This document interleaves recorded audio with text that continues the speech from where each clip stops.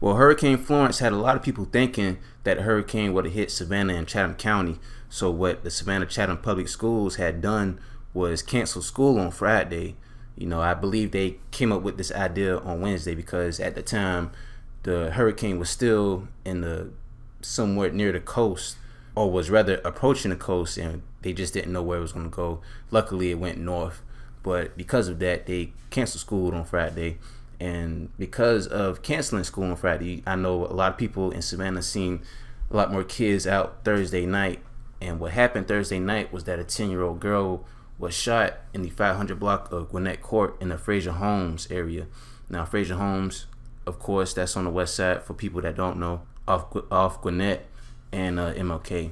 Now, Savannah police have not released many details, but tell us that the girl was outside with a friend around 7:15 p.m. Thursday night when the incident happened.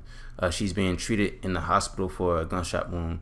Her condition has improved. She is in stable condition. She's healing as of right now. As of I seen this probably about 12 hours ago, so that she's in very good condition. I believe she probably will get released pretty soon. But like I said, with the Draco Rowe video, when he shot the teenager, and shot her multiple times. When a bullet hits a child, you gotta think, that child is still growing. That he or she is still developing, so they don't have that muscle mass, that bone strength. They don't have all that on their side. So when they get hit with a bullet, it's like shooting them with a golf ball.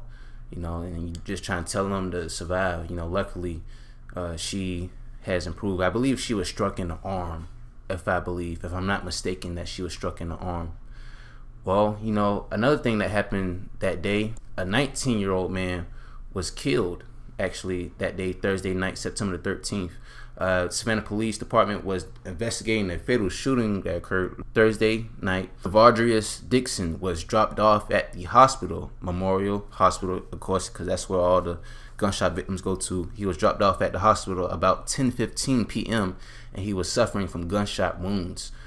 Police report that he died soon, very soon, because of those injuries.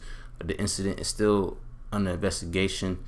But what the media is not telling you about this, WTOC, WSAV, WJCL is not telling you about this, is Devardrious Dixon was from Frazier Homes. He was from the Frazier Homes area, Crippen too. But, he was from that area, and it's really kind of like strange that, he could come up to Memorial Hospital with gunshot wounds just hours after the fact that the 10-year-old girl was shot, and, he later died. Now, I know what you're thinking. Are these two incidents related? I don't know that personally, but street logic tells us more than likely it is. So, I don't really want to heavily speculate on this because I don't even know the full details about this, but I know for a fact that Mr. Dixon, he was from the Frazier Homes area. I got plenty of pictures of him just posted in Frazier Homes with the guys over there. But rest in peace to him. He was only 19 years old when he was killed. But that's all the news that I have for right now. Any other updates about any of these situations, I'll let y'all know as well. But just stay tuned and stay blessed, Seaport.